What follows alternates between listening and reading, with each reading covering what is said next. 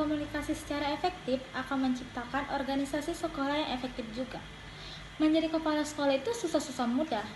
Susahnya jika kita mengorganisasikan anggota, dan mudahnya ya saat kita melakukan hal-hal buruk.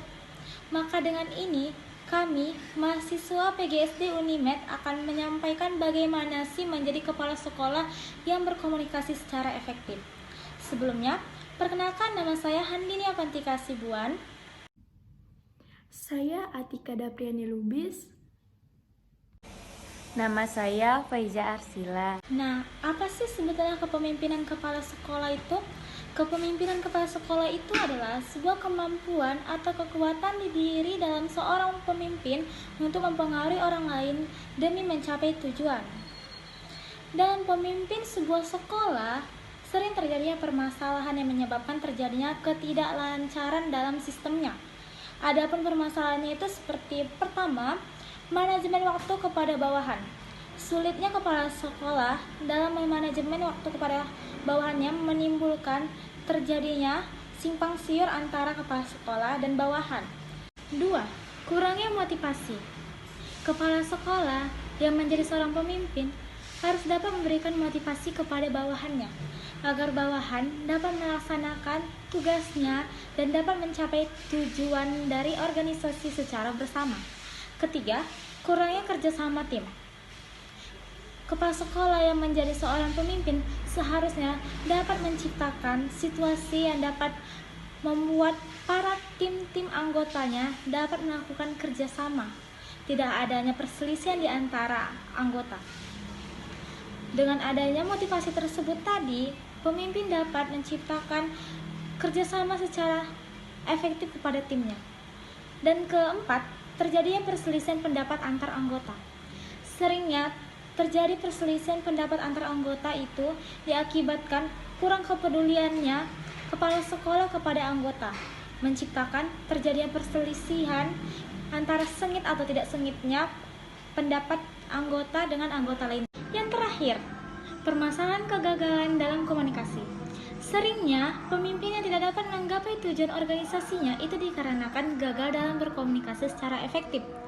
Komunikasi yang efektif membutuhkan komitmen. Maka, kepala sekolah harus mampu membangun komunikasi yang efektif sebagai prioritasnya.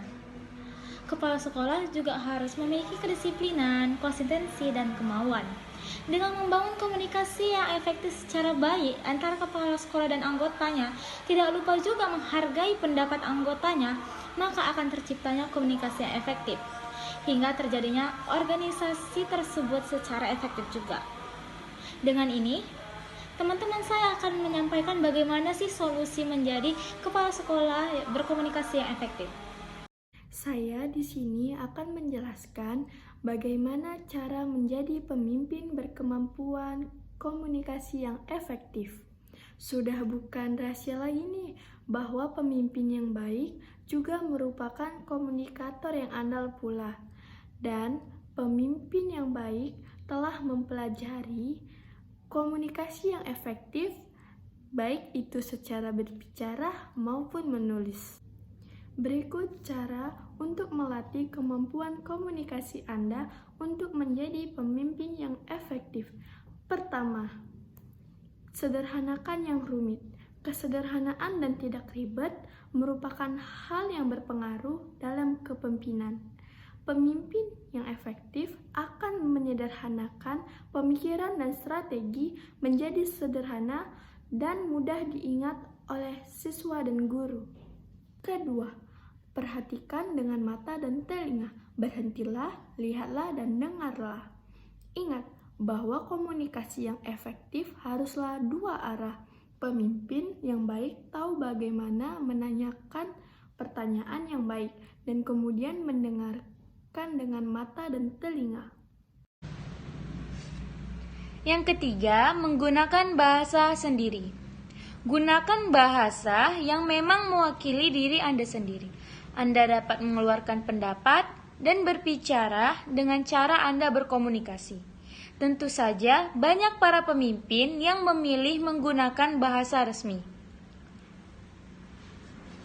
Namun, akan lebih baik lagi jika Anda berbicara dengan baik, sopan, dan menggunakan bahasa resmi dalam berkomunikasi. Yang keempat, memiliki kemampuan untuk terlihat.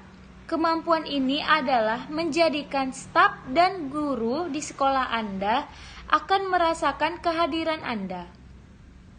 Kita juga perlu untuk meluangkan waktu dalam berkomunikasi dengan para staf dan rekan-rekan kerja yang lain, dan memanfaatkan waktu untuk mendiskusikan masalah apa yang ada di dalam dunia pekerjaan saat ini. Luangkan sedikit waktu untuk berbicara kepada rekan dan para staf guru untuk menjalin komunikasi yang baik antara para staf. Terima kasih.